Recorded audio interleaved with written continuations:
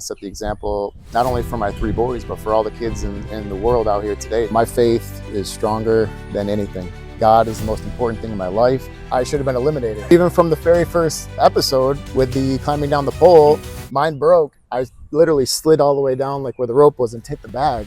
I was spent 8 years in the Navy. The military will teach you honor, courage, commitment, dedication. My mind was battling itself because I said, I'm not taking any bribes. I'm going to play this game with integrity. I saw the only way that I was going to actually make it to the next round, the next challenge, was if I start playing the game the way that it was supposed to be played.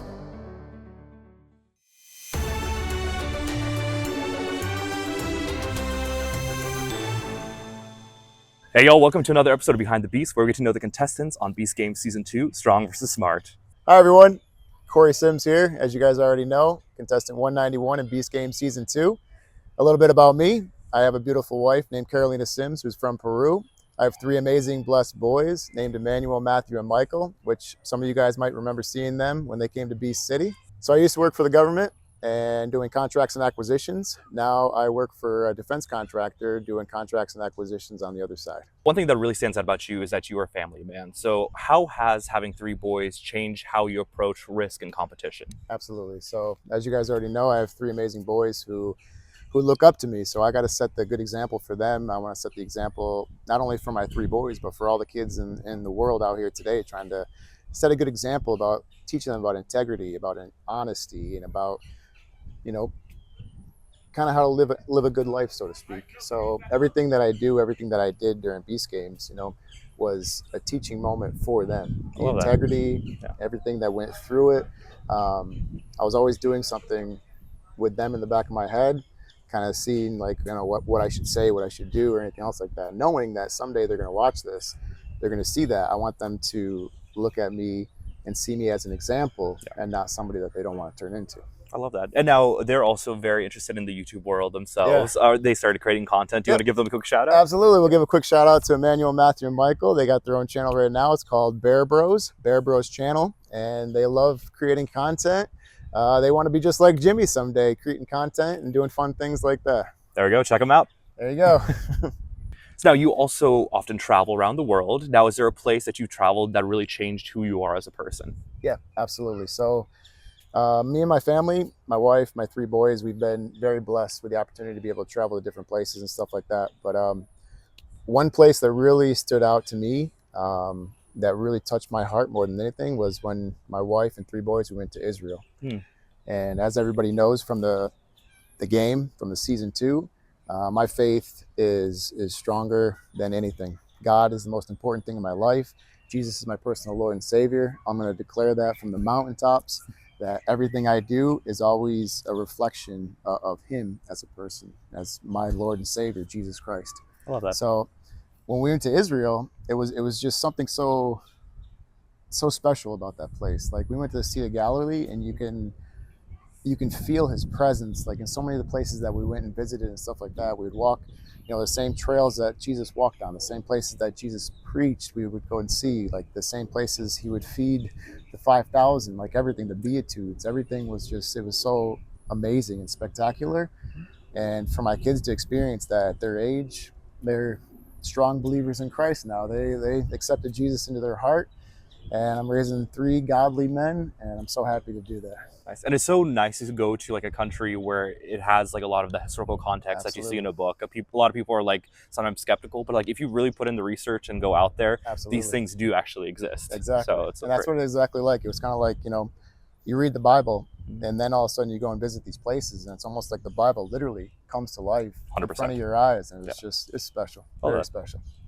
So now, like you mentioned, you're very open about your faith. Is there a moment in the show where faith is really what guided you through a decision? Absolutely. So for me, like I said, faith is paramount. My belief in Jesus Christ is paramount, the most important thing in my life. And for me, all throughout the game, from every challenge I would do, everything that I would say, everything that I would feel, I would always seek His guidance first. Before every challenge, I would go down on my knee, I would pray, I would ask for wisdom, for strength, for courage to go through and do the challenge according to His plan, not my plan, His plan, because He took me through every single challenge, and all the credit will go to Him always. Jesus literally there's so many opportunities, as you guys know, I should have been eliminated. Even from the very first episode with the climbing down the pole, the little donut on the bottom, it broke, and it broke for a lot of different people because it was a foam donut. And most people thought it was a solid donut. You could put your feet down and obviously rest for a minute. But mine broke. I literally slid all the way down like where the rope was and hit the bag. But by the grace of God, he had his angels literally sitting there holding me up so I didn't fall down, because I looked around all over and you just see everybody else like down on the ground with a broken donut. So it's kind of crazy. But yeah, from that moment all the way to the obstacle course, which I'm sure we're going to get into, all the way to the block challenge, being the captain, like everything, the Lord was with me every single step of the way. And all the credit will always go to the Lord. As a veteran yourself, is there any time in the show where your military experience actually helped you in the challenge? And were there any times where you had to unlearn your military training to get through a challenge? That's a good question. So military training, obviously, I spent 8 years in the Navy, 8 years experiencing the world, getting to see everything around the world. And there's so many things that the military will teach you, so many characteristics that you learn in the military, so many disciplines and everything else, like, honor, courage, commitment, dedication to everything that you do in life. So the physical part of everything that we do in the military, it obviously plays out in the rest of my life. I mean, I continue to go to the gym all the time. I continue to do the things that I learned in the military.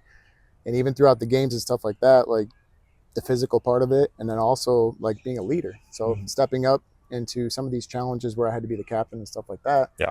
You learn leadership skills and stuff like that in the military. So it was one of those things where, I learned that from the military. And the aspect of, did I have to unlearn something to continue on, so to speak? So the phone game challenge, as many of you guys are aware, for me, it was a big conflict of interest, because it was like my mind was battling itself, because the good versus the evil, I even said during the beginning of the phone game bribe, I said, I'm not taking any bribes. I'm not paying for votes. I'm just going to, I'm going to play this game with integrity. Yeah. And as the game started unfolding, as that challenge started to unfold, I saw the only way that I was going to actually make it to the next round, the next challenge, was if I start playing the game the way that it was supposed to be played. Sure. So on one side, I had my integrity. And on the other side, I had that military mindset where you're given an order, you go and fulfill that order no matter what. Yeah. You go and do the mission. So I looked at it as, here's the order, here's what they're teaching me, here's what they're telling you that you have to do the game according to this. So I have to do exactly what that says. And I have obviously a huge conflict of my integrity, but I had to follow the orders of the game, which, I mean, it was tough, absolutely. But in the end, it did get me to the next step in the game, which continued on in the next step of the game, which was great. It was wonderful. And hey, I'll say, as someone from my perspective, I'll say that I really don't think you did like break a genuine integral or a moment of integrity, because again, it is a very big part of the game. You have to play the game, and unfortunately, I didn't play the game the way I should have, and that's how I got out. So I'm glad that you actually took that into account yourself and kept on going. Thank you, I appreciate it. And I want to say one more thing. The way I looked at it was, if I would have sat on the sideline and not played the game the way it was supposed to be played, 5 to 10 years from now, I would probably regret that decision. Yeah. And I would always think, man, if I would have just played the game, the way it was supposed to be played. I wouldn't have gone out. I wouldn't have gotten out that fast. Yeah. And hey, I think the main thing is that you didn't go out and like do a villain arc and actually screw anyone over. You just had to play the game the way that it was played. It's true. So. Absolutely. Now, one thing that I do feel is that some of the smartest and strongest people actually came from the Feasible Sweepstakes to get into Beast Games, and then we had to obviously go through the same process as everyone else and prove our abilities. But that also includes yourself. So whenever you actually won the Feasible Sweepstakes, did you expect to go as far as you did purely on a sweepstake? That's what's interesting about the whole sweepstakes thing is, so I started submitting submissions right away. I started eating candy bars. Me and my kids, obviously, in order to submit the submissions for the sweepstakes. And then we found out, obviously, you go online, you can just register, and then obviously you don't have to eat all the chocolate, which obviously is good for great for Team Strong. Trying to keep a good physique and staying healthy. But so I kept doing that. I kept submitting submissions all the time. By the grace of God, I got selected. But what was even crazier before that, so I was going to do it both ways. I was going to do the application process, but I was also going to do the sweepstakes. So I applied for Beast Games April 11th. I received an email right back saying, after I submitted my 1 minute video and Mhm. stuff like that, I received an email right back saying, hey, we want to schedule an interview with you to make it to the next step of the process. So they scheduled an interview for April 13th. I did the interview and stuff like that. They said, okay, we're going to push you through the next part of the Yeah. process, which is like the strength challenge, showing your strength in the gym. Submitted a video for that on the 14th. And then on the 15th, I got an email saying, hey, you won the sweepstakes. So it's kind of like, wait a minute, this was Yeah. meant to be. This was destined to be. Yeah, So yeah. I made it through the application process, Yeah. and then I also made it through the sweepstakes. So God destined me to be on Beast Game season 2. So at that point, you're like, hey, now you can't do anything about it. We're Absolutely. in this thing for real. So. Exactly. We're going all the way. I love that. Absolutely. Now, did you expect to get as far as you did from that? So, like, right from day one, a good thing about my faith and my Christianity is that if you believe in something, you're going to achieve it. Love that. And then for me, I believed I was going as far as I was going to go. And every single challenge, every single spot or opportunity that I got in Beast Games, I just kept pushing myself as hard as I could, knowing that my Lord was with me, protecting me, giving me the strength to keep going. That's amazing. So you had so many moments throughout the show, and one of those first big moments is when we found out in the blocks challenge that you had the fastest time in the first strong challenge, and that gave you the captain position for blocks. So what was your thought process as you started choosing people for your team? So yeah, by the grace of God, I was the fastest down the pole back up in the first challenge.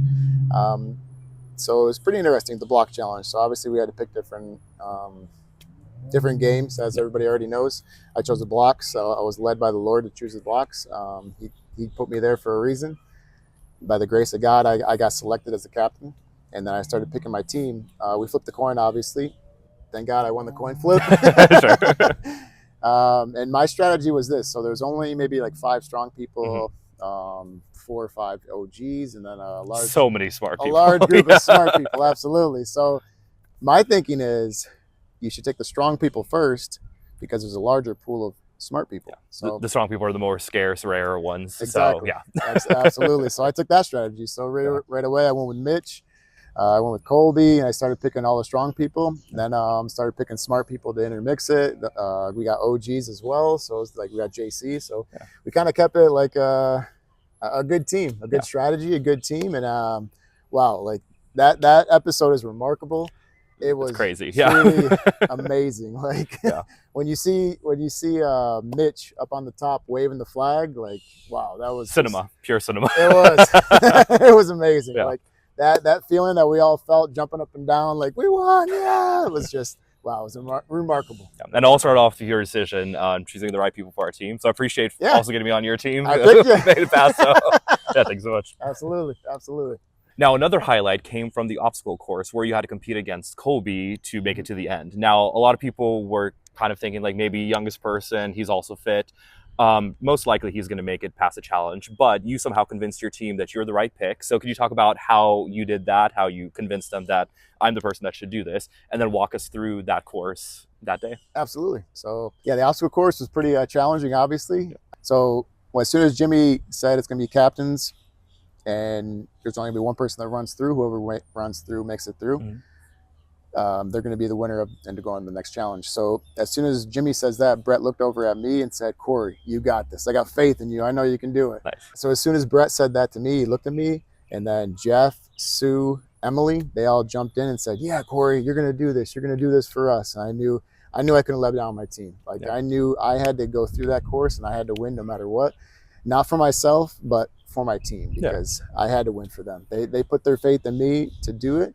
I know I had to do it. So even more interesting was the aspect of Jimmy gave them the opportunity to switch teams if they wanted to.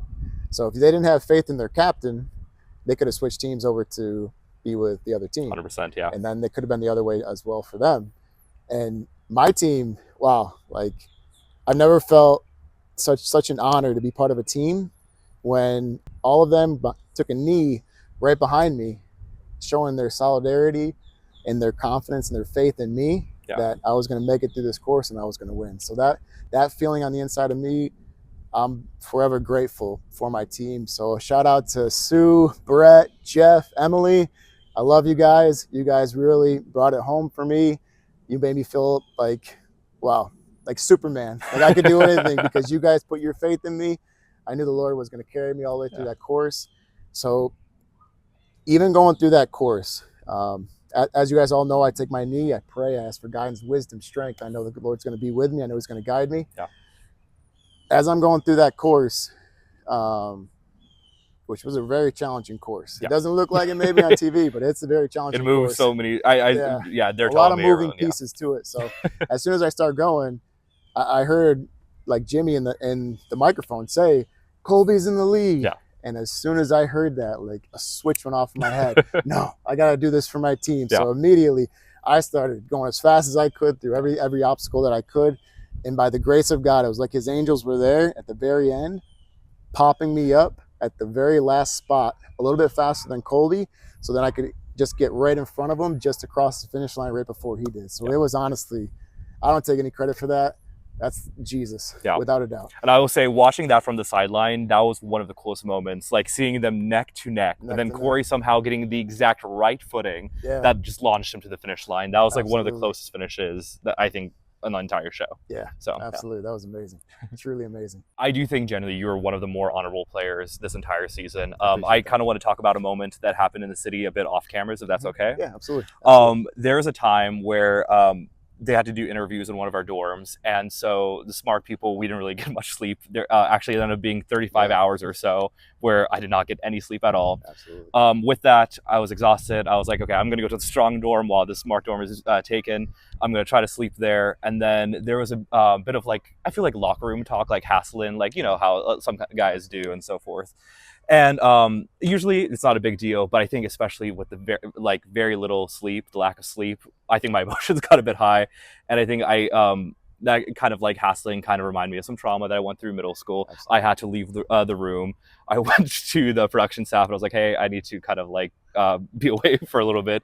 But while I was waiting for the therapist on set to survive so I could like just talk it out, fortunately, two people that I already talked to before, you and Brett, both of you came up to me and they checked in to make sure I was okay, and that was really cool. And one thing that they offered to do is go back into that dorm room. It's like, hey, if you want, we can speak some sense to those guys. They're going to apologize to you. And I was just like, oh, no, please no. Because like one, I was like, that will just, I think, possibly make things worse. But even that they were willing to put their own reputation on the line to stand up for someone who was hurt in a situation, like generally that meant like so much to me. So you and Brett are generally like upstanding men, and I feel like at that point I was like, now these guys I can trust till the end. I appreciate that. So absolutely. I appreciate again all the kindness you showed on the show. And honestly, like for me, it wasn't even about jeopardizing my reputation or anything, because you know that doesn't even matter to me. But for me, it's always about defending people. You know, when people feel marginalized or pushed out or something like that, honestly, it's been like my mindset throughout life is you got to stand up for people like that. And when people do something wrong, those people need to be well aware that they're doing something wrong. So me and Brett were more than happy, more than welcome to go in there and say, hey, you guys need to apologize to him right now because what you said to him was very wrong. So I don't mind that. And I will say in hindsight, I think I knew it was just kind of like fun teasing, just again, in the moment with the emotions running high with lack of sleep. Absolutely. But I do appreciate that you guys were willing to do that. Absolutely. I'll do it again. Now, during the soccer ball heart smash challenge, you were one of the first people to actually go and successfully hit one of the hearts. So can you talk about how that whole process went and anything you want to say about that challenge? Yeah, so I knew that I had to play the game in order to keep moving on. If I didn't play the game, somebody else was going to smash my heart. Unfortunately, I did kick the ball, and Jack, truly, I'm still sorry. I will apologize every single time I see you, I'm around you. I am sorry for putting you out, Jack. I truly am sorry. I just knew that I had to kick the ball and break somebody else's heart before my own heart got broken. So unfortunately, this sounds so funny. Before my heart got broken. Yeah, before my heart got broken. Exactly. Yeah. This is very comical. But yeah, I feel bad. I felt bad as soon as I did it. I still feel bad now because, you know, I put somebody else out of the game. But at the same time, I knew that I had to play the game. It was just kind of like the phone Brad game where you're given instructions. You got to play the game the way it's supposed to be played. Exactly. So that's exactly what I had to do in that game as well. And hey, again, if you play the game by the rules, that is just playing the game. There's really nothing wrong with that. You didn't purposely screw someone with malintent. You just had to follow the rules. Absolutely. And unfortunately, with this game, people do have to move on. Some people have to get eliminated. Absolutely. Now, you actually made it to the final two in Beast Game Season 2. So can you talk about the challenge that happened there, again, with the briefcases, and talk about what happened after, obviously, unfortunately, you got eliminated from the game, being so close to the end? Absolutely. So the briefcase challenge, yeah, that was a tough challenge, and it was one of those challenges where it went on for a long time. It was just me and Tyler going back and forth, trying to pick each other's suitcase, figure out which one it was, which one had the check. And unfortunately, I got all the way down to the three suitcases that were left, as you guys already know. And Tyler happened to pick the suitcase that had the check in it. And yeah, that was a tough pill to swallow. That was very tough. It was, yeah, it was tough. Is there anything that you would do differently?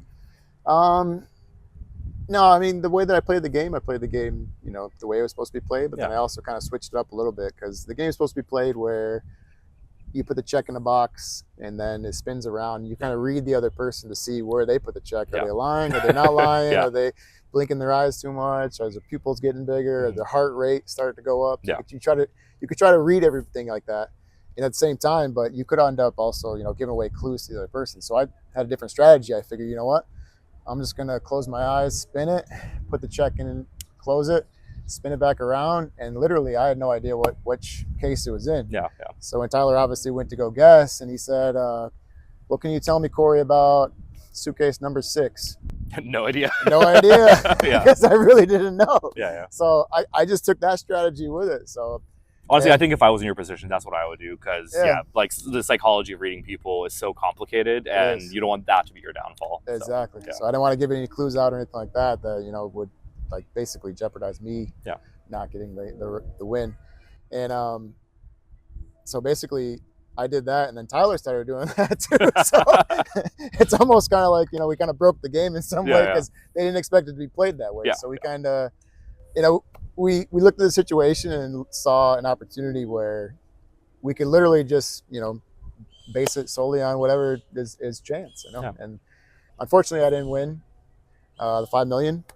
It was tough. It was a tough pill to swallow, but at the same time, God has had me this entire time. God had me the entire time during the game. God had me all throughout my life. So truthfully, like, God still has me right now, and my faith is honestly stronger than ever. So I love that. Even though I didn't win the $5 million, I know God has something even better for me. So I'm just going to keep my faith strong. I'm going to keep encouraging people, inspiring people to always try their best, to do their best. I'm going to keep preaching the word of God. I'm going to keep telling people about Jesus, and I'm just going to keep pushing forward. And hey, I genuinely do think that you're going to be a fan favorite this season. So hopefully that's going to be happening, and then other opportunities, maybe other shows. I don't know if that's something that you're interested in. Yeah, but I'm willing to go on any shows. And it's kind of funny that you said that too, because my wife would be the first one to tell you, I don't like, getting in front of a camera. I don't like doing like interviews. I don't like any of that. I appreciate you coming here to do this. Absolutely. So that's what's crazy about Beast Games, because, I took a step out of my comfort zone. Way out of my comfort zone.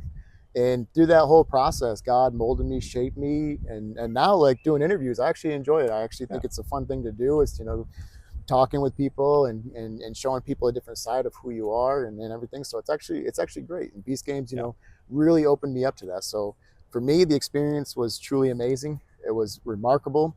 I owe so much to Jimmy, Klitz, Tyler, everybody behind the scenes. They do an amazing job with that show. I'm so happy to be a part of that show. And that's what has really opened my eyes to just, hey, embrace life, embrace challenges, embrace risk. Show your kids that, sometimes take a step of faith, step out of your comfort zone, and you never know what's going to happen. I love that. Yeah, absolutely. All right, and now to conclude today, we're going to do some rapid fire questions. Are you ready? Perfect. Let's go. Let's do it. What is your biggest weakness in challenges? Stamina, strategy, or social? I would say social, and the only reason I would say social is because there's certain times when, I should have went more out of my way to talk to people, be friends with people, and communicate with people and stuff like that. So I would say social to some degree. I played a good social game, but I could have played a better social game. Fair enough, yeah. Now, what is the best piece of advice you got from another contestant? So this is an interesting one. I'm not going to give out any names or anything like that of who the person is. Sure. But this person actually told me, he pulled me to the side and he said, Cory, I know you have a good heart. I know you're a good person, but you got to play the game hard. And there's going to come a point during this game where you're going to have to play hard. And at first I kind of didn't understand, a whole lot about it. I was just like, okay, I'm going to take that bit of advice and I'll store it away in my head. And then when the time comes, the time comes.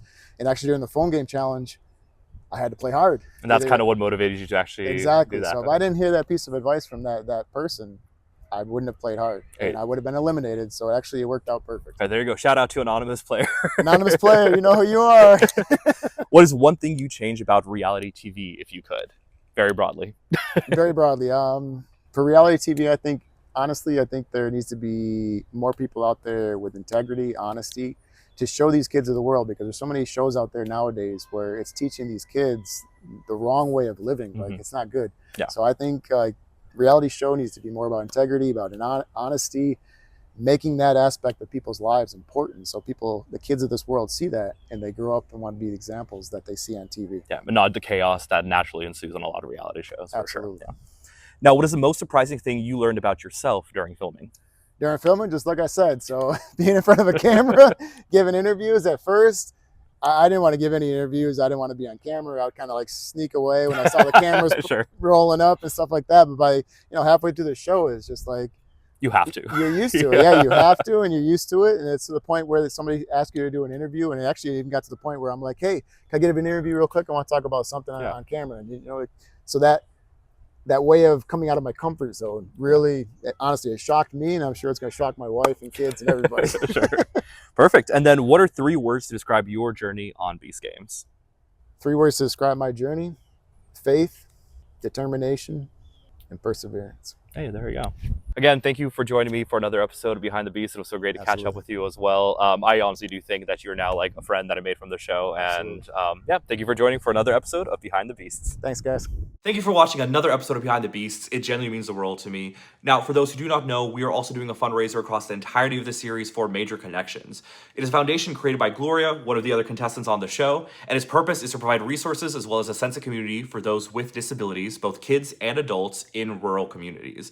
Now, oftentimes major cities, they have the funds to be able to provide these resources, but smaller cities do not, and that is what Major Connections aims to solve. If you want to learn more about Major Connections, check out the link in the description. If you have the financial means to do so, please donate to the cause. And if you don't at this moment, that's okay. Please share it with your friends and family. But for now, thank you for taking the time to watch Behind the Beast, and I'll see you in the next video. Bye-bye.